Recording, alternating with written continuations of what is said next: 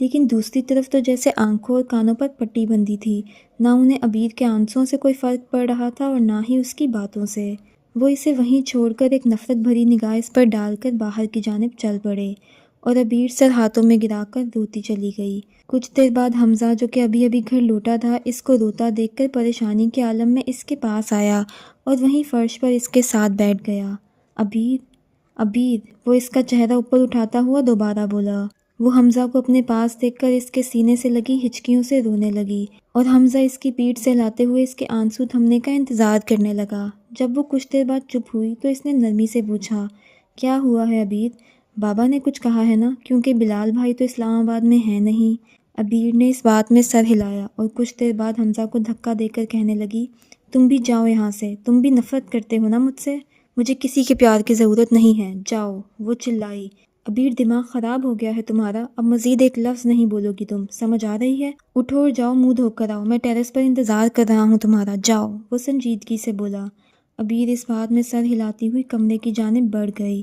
جب وہ ٹیرس پر آئی تو حمزہ اسے دیکھ کر مسکرایا اور کافی کا ایک مگ اسے تھما گیا۔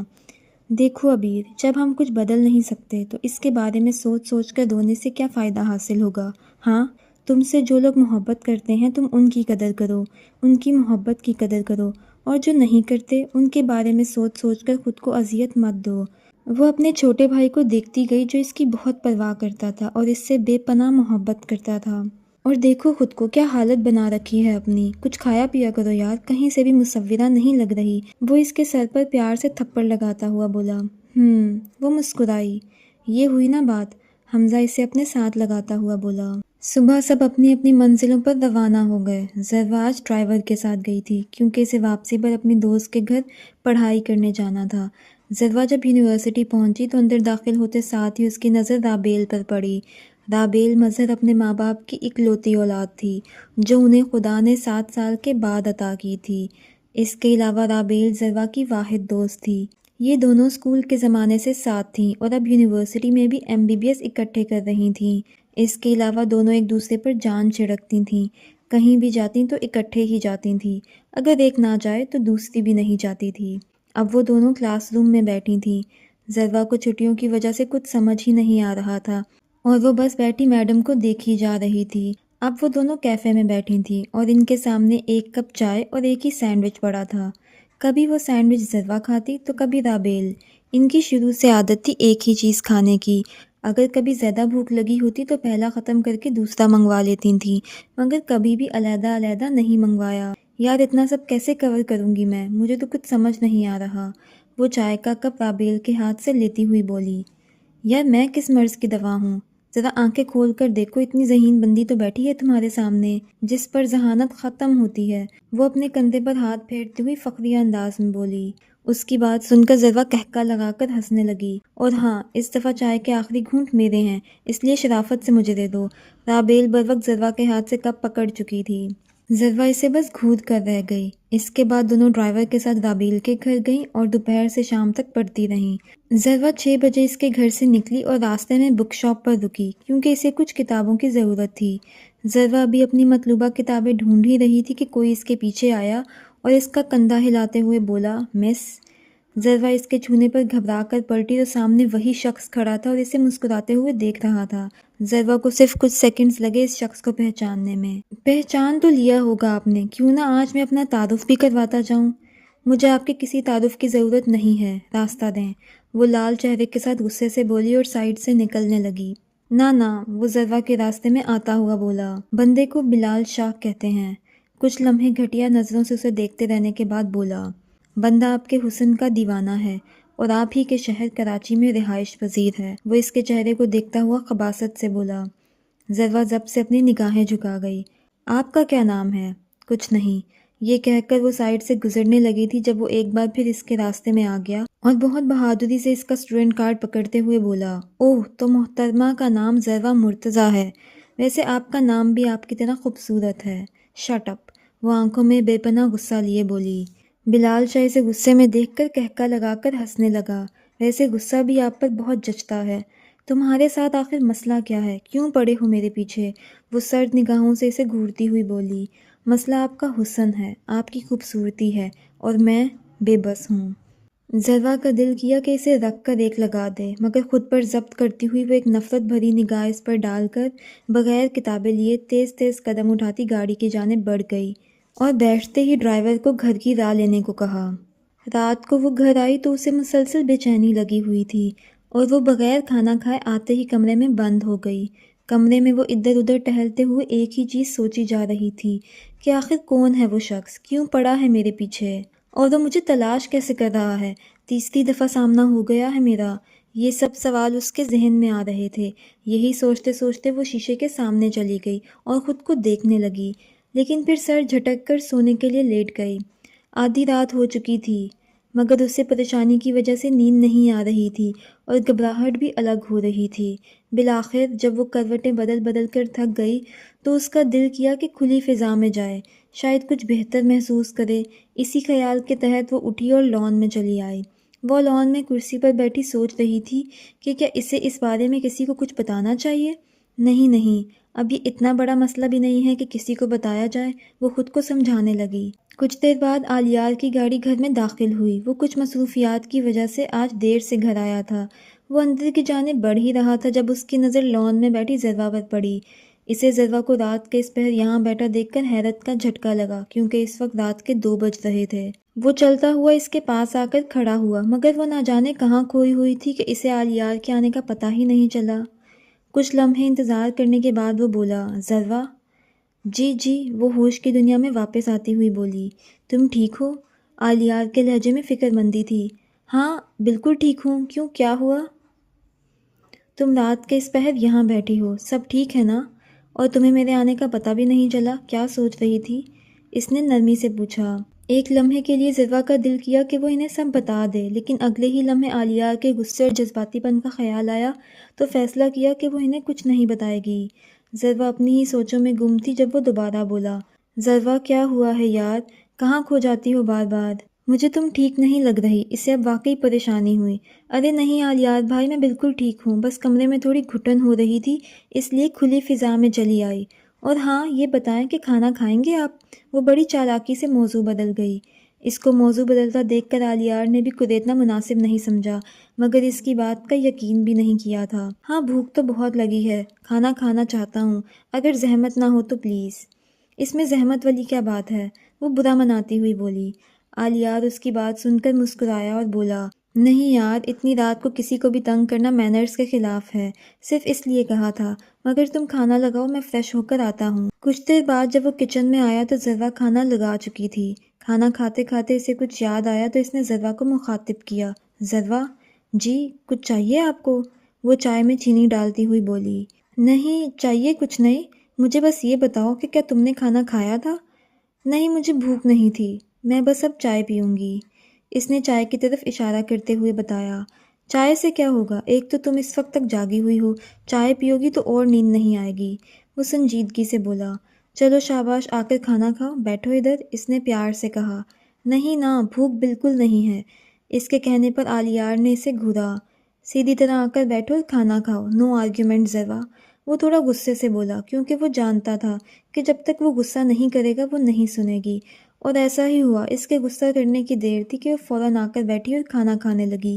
اس کو کھانا کھاتے دیکھ کر آلیار کے چہرے پر بڑی جاندار مسکراہٹ آئی، جسے اس نے چھپایا نہیں، اور پیار سے ڈانٹتے ہوئے بولا، تمہیں میری کوئی بھی بات ایک باری میں سمجھ کیوں نہیں آتی؟ ضروری ہے کہ میں غصہ کروں پھر ہی سنو گی؟ اس نے نرم لہجے میں سوال کیا۔ سن تو لیتی ہوں، وہ منہ پسود کر بولی۔ ہاں، ڈانٹ سننے کے بعد، اور پھر جلاد بھی مجھے ہی کہا جاتا ہے، اپنی حرکتیں نہ دیکھا کرو کبھی۔ وہ ہاتھ صاف کرتا ہوا بولا۔ وہ تو آپ ہیں ہی، ذرا ہنسی۔ اچھا یہ بتائیں، چائے پئیں گے؟ اس نے برتن اٹھاتے ہوئے پوچھا۔ نہیں، نہ میں اور نہ ہی تم، اب چلو کمرے میں، وہ چولہا بند کرتا ہوا بولا۔ نہیں، مجھے پینی ہے، بہت دل کر رہا ہے آلیار بھائی، وہ برتن سنک میں رکھتی ہوئی بولی۔ بالکل نہیں، اگر اس ٹائم پیو گی تو نیند نہیں آئے گی گڑیا، اور اب تک تمہیں سو جانا چاہیے، صبح یونیورسٹی بھی جانا ہے نا؟ ہاں مگر ذرا، وہ ڈپٹنے کے انداز میں بولا۔ اوہ سوری، یہ کہتے ہی اس نے سر پر ہاتھ مارا اور کمرے کی طرف بھاگ گئی۔ آلیار بس نفی میں سر ہلا کر رہ گیا۔ عبیر پوری رات جاگتی رہی اور اس نے فیصلہ کیا کہ جب وہ کچھ بدل نہیں سکتی تو کیوں خود کو سوچ سوچ کر اذیت دے۔ وہ خود کی ہمت بڑھانے لگی کہ مجھے ماضی کو چھوڑ کر اپنے حال کے بارے میں سوچنا چاہیے، اپنے مستقبل کے بارے میں سوچنا چاہیے۔ مجھے اپنے اور اپنی ماں کے خواب پورے کرنے ہیں۔ ہاں، میں اپنے ہنر کا استعمال کر کے ایک بہت بڑی ایگزیبیشن کرواؤں گی۔ مجھے میری ماں آگے بڑھتا ہوا دیکھنا چاہتی ہے نا، میں ان کی یہ خواہش ضرور پوری کروں گی، چاہے جتنی بھی مشکلات آئیں۔ میں ہار نہیں مانوں گی، کوئی مجھ سے محبت کرتا ہو یا نہ کرتا ہو، مگر میں یہ جانتی ہوں کہ میرا بھائی اور میری ماں مجھ سے بہت محبت کرتے ہیں۔ ان کے لیے میں خوش رہوں گی، ان کے لیے میں ایگزیبیشن کرواؤں گی۔ خود سے عہد کرتے ہوئے نہ جانے کب اس کی آنکھ لگی اور وہ نیند کی وادیوں میں چلی گئی۔ صبح جب عبیر کی آنکھ کھلی تو وہ بہت پرجوش تھی۔ ناشتہ کرنے کے بعد وہ اپنا سارا پینٹنگ کا سامان لیے ٹیرس پر آ گئی اور چیزیں سیٹ کرنے لگی۔ اسی بھاگ دوڑ میں کبھی وہ اوپر جا رہی تھی تو کبھی نیچے، کہ اچانک اندر آتے بلال شاہ سے زبردست ٹکراؤ ہوا اور وہ گرتے گرتے بچی۔ ابھی وہ سنبھلی بھی نہ تھی کہ وہ بول پڑا، اندھی ہو کیا؟ اور یہ آنکھیں صرف سجانے کے لیے رکھی ہیں؟ وہ خاصی بدتمیزی سے بولا۔ سوری، وہ میں جلدی میں تھی تو مجھے آپ نظر نہیں آئے، عبیر نے صفائی پیش کی، مگر وہ اس کی بات سنی انسنی کرتا ہوا اپنے کمرے کی جانب بڑھ گیا۔ ابھی وہ اپنے خیالوں میں ہی تھی کہ حمزہ انگڑائی لیتا ہوا کمرے سے نکلا۔ عبیر، خیریت ہے؟ آج تم گھر پر ہو، یونیورسٹی نہیں جانا کیا؟ وہ اسے گھریلو حلیے میں دیکھتا ہوا بولا۔ نہیں، آج چھٹی ہے۔ چلو، یہ تو بہت اچھا ہوا۔ خیر، میں نے آج شاپنگ پر جانا ہے، اب تم بھی میرے ساتھ چل رہی ہو، حمزہ تقریباً آرڈر دیتا ہوا بولا۔ ٹھیک ہے، وہ مسکرائی۔ حمزہ کو عبیر کو دیکھ کر بہت خوشی ہوئی کیونکہ آج وہ اسے کافی مختلف لگ رہی تھی۔ دل میں اس کی خوشیوں کے قائم رہنے کی دعا مانگ کر وہ بولا، یار اب اگر آج تم گھر ہی ہو تو بھائی کی تھوڑی پیٹ پوجا ہی کروا دوں، بہت بھوک لگی ہے پراٹھے والی، تم بیٹھو میں بنواتی ہوں۔ یہ کہہ کر وہ جانے لگی تھی جب وہ اس کے راستے میں آ کر بولا، تمہارے ہاتھ کا کھانا ہے بھائی؟ اچھا جناب، بیٹھیں آپ، میں ہی بناتی ہوں۔ حمزہ مسکرایا۔ ذروہ جب نیچے آئی تو علیار یونیفارم میں ملبوس جانے کے لیے تیار کھڑا تھا اور باقی سب ناشتہ کر رہے تھے۔ میری جان، آج تم لیٹ اٹھی ہو؟ دادی جان اسے اپنے پاس بٹھاتی ہوئی بولی۔ جی بس آنکھ دیر سے کھلی تھی۔ چلو کوئی بات نہیں، اب سکون سے ناشتہ کرو، وہ اس کے آگے مختلف چیزیں رکھتی ہوئی بولی۔ نہیں، ناشتہ کرنے میں کافی وقت ضائع ہو جائے گا، میں یونیورسٹی جا کر ہی کچھ کھا لوں گی۔ اچھا، ڈرائیور تو گاڑی صحیح کروانے گیا ہے، ایسا کرو تم علیار کے ساتھ چلی جاؤ، دادی جان نے کہا۔ علیار بیٹا، اگر تمہیں جلدی نہیں ہے تو اس کو چھوڑ دو گے؟ جی چھوڑ دوں گا، آ جاؤ ذروہ، وہ اسے اشارہ کرتا ہوا خود باہر کی جانب بڑھ گیا۔ گاڑی میں بیٹھنے کے بعد ذروہ نے علیار کو مخاطب کیا، علیار بھائی اگر آپ شام میں مصروف نہیں ہیں تو کیا آپ مجھے پک کرنے کے بعد بک شاپ لے کر جا سکتے ہیں؟ مجھے کچھ کتابیں خریدنی ہیں۔ ہاں کوئی مسئلہ نہیں ہے، میں لے جاؤں گا۔ ذروہ نے سکون کا سانس لیا کیونکہ کل کے واقعے کے بعد وہ تھوڑا گھبرا گئی تھی اور اکیلی نہیں جانا چاہ رہی تھی۔ یونیورسٹی پہنچنے کے بعد اس نے سب سے پہلے ساری کہانی رابیل کو سنائی۔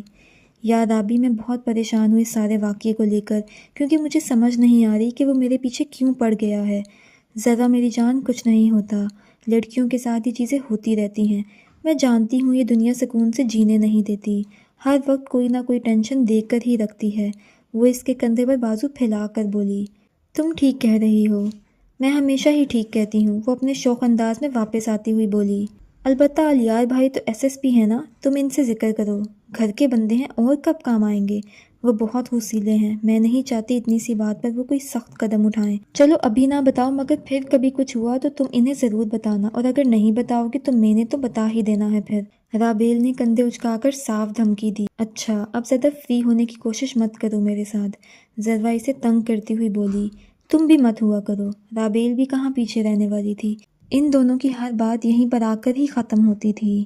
وہ ٹیرس پر بیٹھی پینٹنگ کر رہی تھی جب حمزہ چلا آیا۔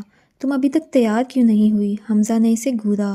بس رکو، میں ابھی تیار ہو کر آئی، وہ ہاتھ صاف کرتی ہوئی بولی۔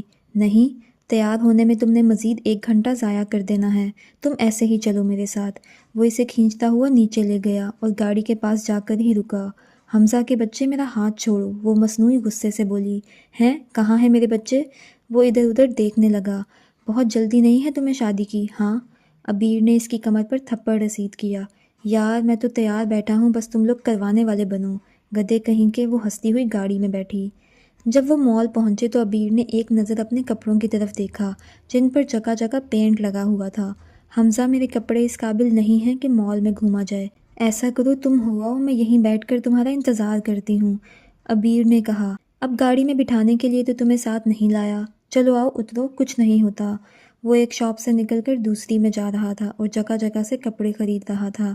ایک شاپ سے شاپنگ بیگز پکڑنے کے بعد وہ ابھی پیمنٹ کرنے ہی لگا تھا کہ اسے کال آ گئی اور وہ کال سنتا ہوا انجانے میں شاپنگ بیگز بھی ساتھ ہی لے گیا۔ عبیر وہاں کھڑی اور کپڑے دیکھ رہی تھی۔ جب اچانک اس نے مڑ کر دیکھا تو حمزہ غائب تھا۔ اس نے ارد گرد نگاہ دوڑائی لیکن حمزہ اسے کہیں نظر نہ آیا۔ اسے ڈھونڈنے کی غرض سے وہ شاپ سے باہر جانے ہی لگی تھی جب کسی نے بلایا، میم؟ جی؟ عبیر نے پیچھے مڑ کر دیکھا۔ آپ کے ساتھ جو آئے ہوئے تھے وہ پیمنٹ کیے بغیر چلے گئے ہیں اور اب آپ بھی جا رہی ہیں؟ اوہ سوری، ویسے کس طرف گئے تھے وہ؟ عبیر نے پوچھا۔ جی اس طرف، سیلز مین نے اشارے سے بتایا۔ اچھا، آپ پیمنٹ کر دیں، ہمارے پاس بل ہے۔ دراصل میرا والیٹ گھر رہ گیا ہے، مگر آپ ٹھہریں، میں کال کرتی ہوں اور تسلی رکھیں میں آپ کا بل ادا کیے بغیر کہیں نہیں جاؤں گی۔ عبیر نے انہیں تسلی دی۔ Okay ma'am. اب وہ کاؤنٹر پر کھڑی شاپ کے فون سے اسے کالز پر کالز کر رہی تھی مگر دوسری جانب سے ایک کال بھی نہیں اٹھائی گئی۔ عبیر کو اب خاصی شرمندگی ہونے لگی تھی اور وہ بے بسی سے پاس پڑے صوفے پر سر ہاتھوں میں گرا کر بیٹھ گئی۔ مزید آدھا گھنٹہ گزرنے کے بعد اس کے آنسو بہنے کو بےتاب تھے جب اسے کسی نے پکارا، مس؟ عبیر نے سر اوپر اٹھایا تو سامنے سفید شلوار قمیض میں وہی شخص کھڑا تھا جو اسے کل ہسپتال لے کر گیا تھا۔ جی؟ وہ آہستہ آواز میں بولی۔ میں کافی دیر سے کھڑا یہ سب دیکھ رہا ہوں، کیا میں آپ کی کچھ مدد کر سکتا ہوں؟ ریان نے پوچھا۔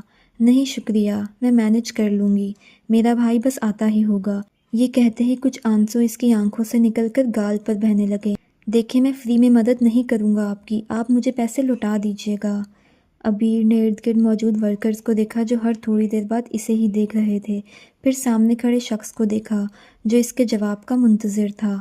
اوکے ٹھیک ہے، عبیر نے نظریں ملائے بغیر کہا۔ چلے آ جائیں پھر، ریان نے مسکرا کر کہا۔ پھر بل دینے کے بعد جب وہ شاپ سے باہر آئے تو عبیر نے پوچھا، میں آپ کو پیسے کیسے واپس کروں گی؟ یہ میرا کارڈ لے لیں، جب بھی آپ نے دینے ہوئے اس نمبر پر کال کر دیجیے گا، پھر میں آپ کو باقی تفصیلات بتا دوں گا۔ جی میں آج ہی دے دوں گی، عبیر نے کارڈ پکڑتے ہوئے شرمندگی سے کہا۔ اور آپ کو شرمندہ ہونے کی ضرورت نہیں ہے، ایسا ہو جاتا ہے اکثر، ریان مسکرایا۔ ریان کی نظر اس کے کپڑوں پر پڑی جہاں جگہ جگہ پینٹ لگا ہوا تھا لیکن اس کے باوجود وہ خوبصورت لگ رہی تھی۔ ریان دل ہی دل میں اس بات کا اقرار کیے بغیر نہ رہ سکا۔ غالباً آپ مصورہ ہیں؟ کچھ دیر بعد ریان نے پوچھا۔ اس نے صرف اتنا ہی کہا۔ اگر آپ کو زحمت نہ ہو تو پلیز میرے بھائی کو کال کروا دیں کیونکہ میرا موبائل بھی گھر رہ گیا ہے، وہ ہاتھوں کی انگلیوں کو مروڑتی ہوئی شرمندگی سے بولی۔ کوئی مسئلہ نہیں ہے، آپ کال کر لیں، ریان نے اسے موبائل پکڑایا۔ ابھی وہ کال کرنے ہی لگی تھی جب پیچھے سے حمزہ آ گیا اور بولا، عبیر؟ اس کے اتنا کہنے کی دیر تھی کہ عبیر اپنا سارا غصہ اس پر نکالنے لگی۔ کہاں چلے گئے تھے تم؟ ہاں وہ یار ایک دوست کی کال آ گئی تھی، وہ بھی یہیں آیا ہوا تھا تو میں بس اس سے ملنے گیا تھا، حمزہ نے بتایا۔ جب دوست سے ہی ملنا تھا تو مجھے ساتھ لانے کی کیا ضرورت تھی؟ ہاں اور اگر چلے ہی گئے تھے تو جلدی واپس نہیں آ سکتے تھے کیا؟ ایک تو تمہاری جلد بازی کی وجہ سے میں اپنا والیٹ اور موبائل بھی گھر بھول گئی اور پھر اچھی خاصی شرمندگی بھی اٹھانی پڑی۔ اوہ نو، میں بل دیے بغیر ہی چلا گیا تھا، حمزہ سر پر ہاتھ مارتا ہوا بولا۔ ریان کب سے کھڑا ان دونوں کو دیکھ رہا تھا۔ تو اور اب ان کو پیسے دو، وہاں انہوں نے ہی دیے تھے، عبیر نے بتایا۔ اور ہاں آئندہ میں تمہارے ساتھ کہیں نہیں جاؤں گی، وہ ناراضگی سے بولی۔ اچھا سوری نا یار۔ السلام علیکم، حمزہ نے ریان کی طرف ہاتھ بڑھایا۔ وعلیکم السلام۔ یہ لیں، بہت شکریہ آپ کا اور معذرت کہ ہماری وجہ سے آپ کا وقت ضائع ہوا۔ کوئی بات نہیں، ریان نے مسکرا کر کہا۔ اب چلیں اور یہ ناراضگی تو ختم کرو، آئندہ نہیں ہوگا نا ایسا؟ وہ اسے منانے لگا۔ وہ چلے گئے تو ریان کچھ دیر وہیں کھڑا انہیں مسکراتا ہوا دیکھتا